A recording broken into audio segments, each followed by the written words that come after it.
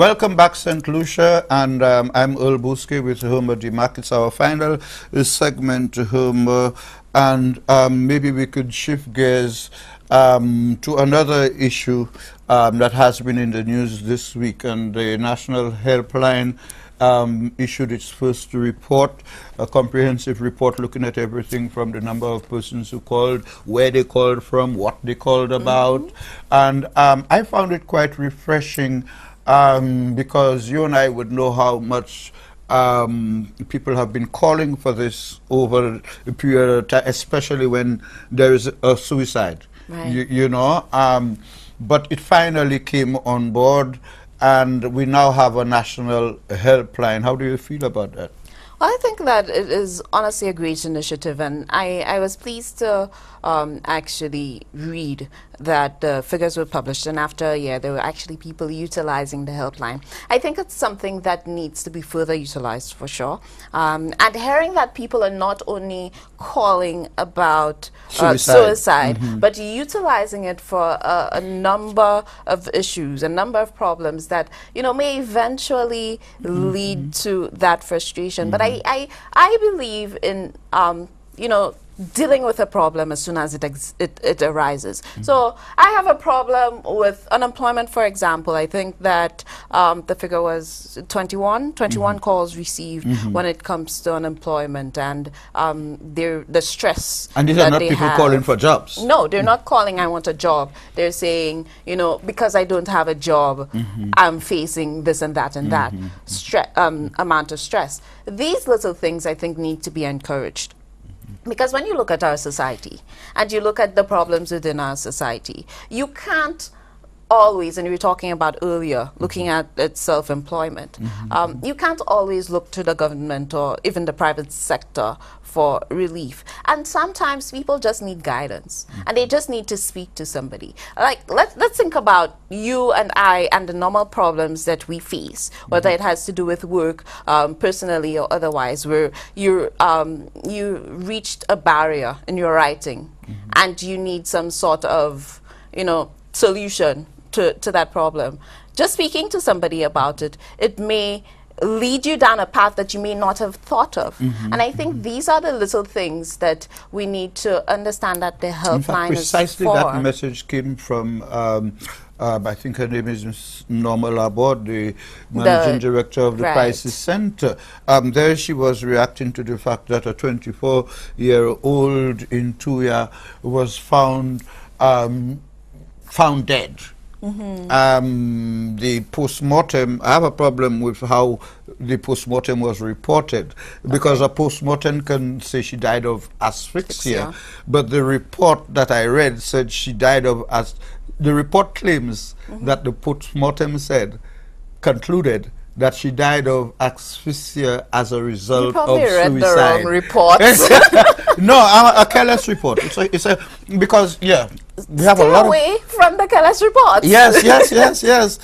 Because I was hearing this thing on the radio, you know, that the postmortem determined that she died from asphyxia secondary to suicide. The postmortem cannot say that. And there you had people in the community saying that minutes or just earlier they'd seen her running, jogging, and quite happy. And the report, which is very scarce, all it says is that she was found dead, sitting in an uncomfortable position. Now, the police are investigating the issue, but what Miss Maynard at the Crisis Center was, not Maynard, Laborde at the Crisis Center was saying, was just the point you were making: speak to somebody. Now, to speak to somebody, you can speak to people at home, and you could give me your views on that. I think people I think somebody who's planning a suicide is not going to tell somebody, I'm planning to kill myself. They may express it out of rage, out of vexation or something, but I think when somebody decides that they have decided they're going to commit that suicide is because they have come to that conclusion of discussion. Speaking to somebody at home would be either your parents or your next of kin. Even there might be certain levels of discomfort, but as Ms. Laborde was saying, speaking to somebody you don't know at the end of a telephone line, but who's there to help you? We've only had one 6-month report. For the 6 months, you're encouraged by the fact that so many people from so many, well, 7 constituencies, and about at least 8 different people call it areas, stress, you know, from stress to unemployment and the consequences of unemployment. So it's not a suicide helpline. It's just a helpline. It's just a helpline. And I think that's the great thing, you know, because when you think of problems and you tell somebody within the home, I have this problem, a lot of times you hear them, especially if it's your parents or somebody you know goes through more stress than you, you will hear, Timamai, so ve sab komne, right. So, and people tell you, well, you know, you need to just forget about it. But a lot of the times, it's something affecting you, and you can't just forget about it. So, the helpline, I think, and what they've done made it really easy. And they have many repeat callers. People They've who made keep it calling. A number that is really easy. I think it's a free call as well. The number is 203. And I think that is...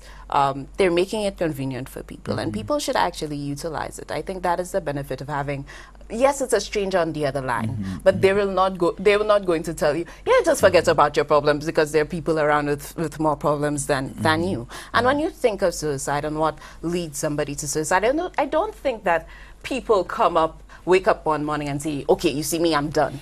I think there are little things that actually build up, and it can be a little issue from one aspect of your life in combined to another issue, and just dealing with those little things separately may, you know, prevent you from getting to that point. And I think that is why that general helpline is the right way to go, because it's not a matter of, yeah, I'm mad, yeah, I'm crazy, I'm suicidal, but yeah, I have a problem and I want to talk about it. Everybody has problems, and I think everybody should actually utilize it. If I have a problem at work and I feel like I want to scream about something, I think that's what I'm going to do. You're going to alleyway. Let's just go talk about it. I'll call the helpline.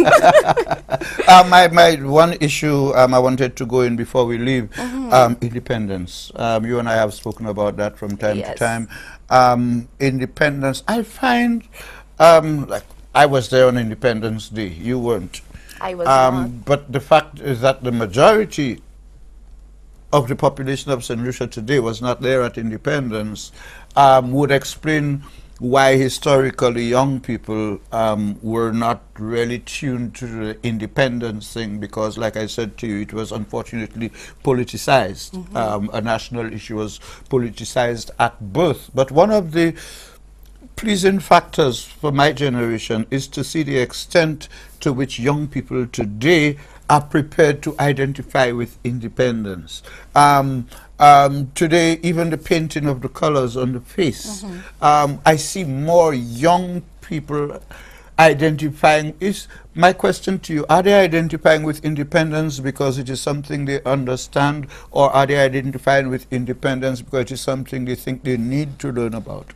You know, before I spoke to you about what it was like, you know, during independence and St. Lucia becoming independent, I always looked at independence and the celebration of our independence as, you know, we've reached a milestone and we're developing as a country. St. Lucia is earning its own identity. But talking to you about the whole independence process and explaining to me exactly what happened, and on Independence Day there were not people with flags and singing the national anthem and saying, hey, I'm St. Lucian, that there were riots and people thought, okay, you're pushing me into something that, you know, you're doing just because it's election time, and that being politicized. The fact that election day was the most divided. Oh, that enlightened me as to a lot of the issues that we face now. A lot of the issues that we face now, and not only speaking to you, but sitting down and reading some of the stories in the archives leading up to independence, and the Hansard, sitting down and listening to the Roro and the discussion and the debate that they had at that time.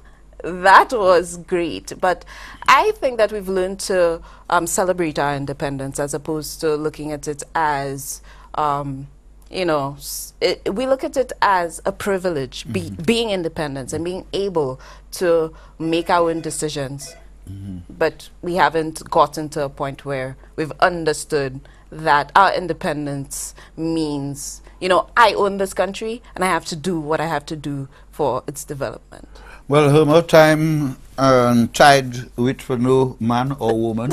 And unfortunately, folks, we've come to the end of today's show. It was a pleasure discussing with the young Homer DeMack. Her last contribution there identifies the difference between her and a lot of her peers. She's got a research mind. She goes out and tries to find out, and I think that, Homer, is what tells the difference. That's the basis for being a good journalist. Having an inquiring mind, and as you do, not only make use of the technology today, but you go into the Hansard and you go into the archives. Well, folks, it was a pleasure interviewing Homer DeMack. I will be back next week with another interesting guest. So on behalf of all of us here at DBS, Homer, thanks for being our guest. Thanks, and we'll be back next week. We'll be back next week with the Press Club. See you then.